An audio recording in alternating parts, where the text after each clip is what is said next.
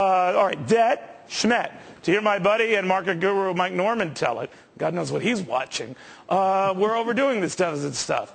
The rating today is no worse than when Ronald Reagan was in office, at least as a percentage of GDP, and we did okay then. Mike says we're going to be okay right now.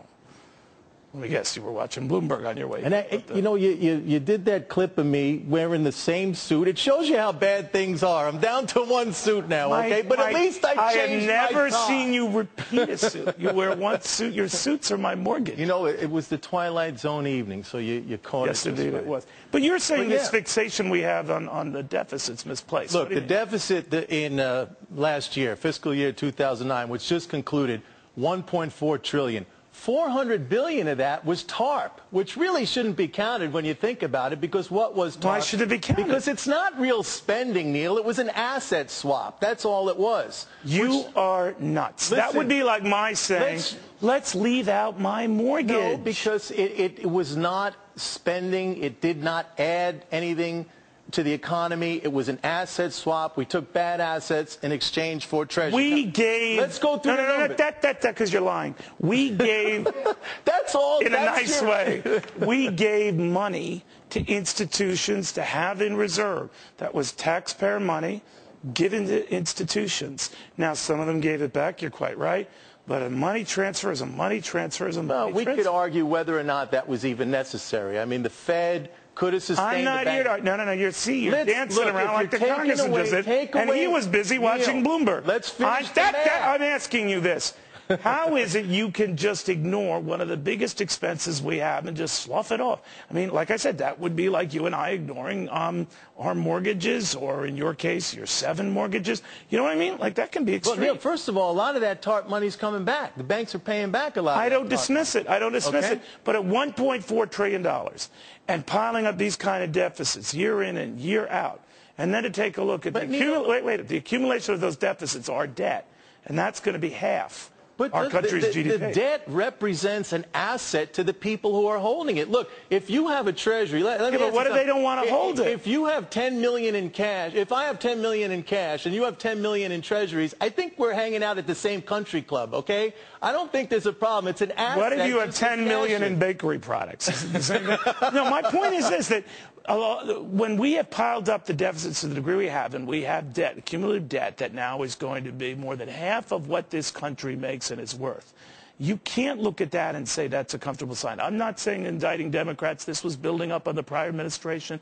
It has just gotten out of control. You can't just slough it off. Neil, let me ask you something. Doesn't the spending that the government does equate to income to individuals who are employed? So you're saying this spending is helping? Doesn't it equate to the consumption of goods and services? Isn't that by definition adding to GDP, that if we did not have that? So what you're saying, let me flip it around. What you're saying is that if we didn't have this spending, somehow unemployment would be lower, somehow the economy would be in better shape. I don't see how you can make that argument. No, I'm not saying that. You are circumventing the issue here. They're very good. You could be a TV anchor. All I'm saying, Mike, is that we have now built this financial house of cards. Republicans did it, Democrats did it, and we are assuming that when you throw a lot of money at something, you're quite right, something will stick and we'll get some growth for it. But there's hell to pay down the road for the deficits we're piling up. Hey, Neil, we're not on a gold standard. The government can what it's important is, can it service the debt? Riddle me this, Batman. If our Mug's game, if our dollar were to tumble and inflation gets out of control, and others look at this country as not a great place to invest, that they're going to try to at least spread the risk or minimize the reliance on one country, one currency, one set of securities, isn't that going to be bad for us? No, it's not going to be bad, because the money to buy the debt comes from government spending itself. That's where it comes from. Look, do you spend more than you make? First of all, this is apples and oranges. I am not the federal government. I don't have the ability All to I know is you have account. some of the nicest suits and outfits that any gentleman should be done. And I'm telling you, you wouldn't buy them if you couldn't afford them. I know you're a very wealthy young man, and you can.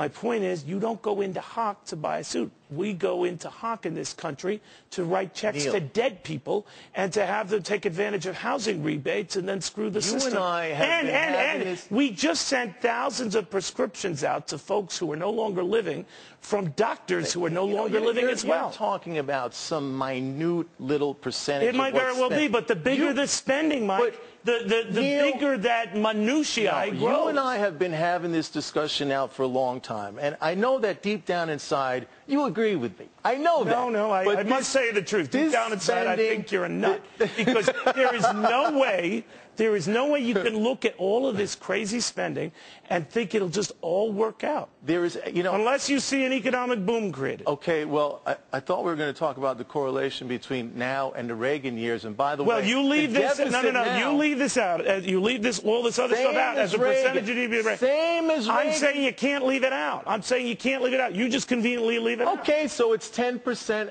of GDP as opposed to 7%. Why quibble about a couple of percent? And by the way, what happened after that deficit in 1983? In real dollar terms, it's 14%. What happened after that deficit in 1983? We had what? A boom. Neil. Yeah, a boom inspired by tax cuts, not tax hikes. But tax cuts that are funded by deficit spending, by definition, Why adds do I to the feel deficit, like Rod right? Serling talking to you? Because that's the theme of time. Robbie, do we have the music for him? We're going to have to do the music for him. That's what you do. I'll do all right. I'm kidding. You're a good man. You're a great guy. You're just hopelessly, hideously wrong. Seriously, Mike, good having you here. Always nice to be here. You're so low.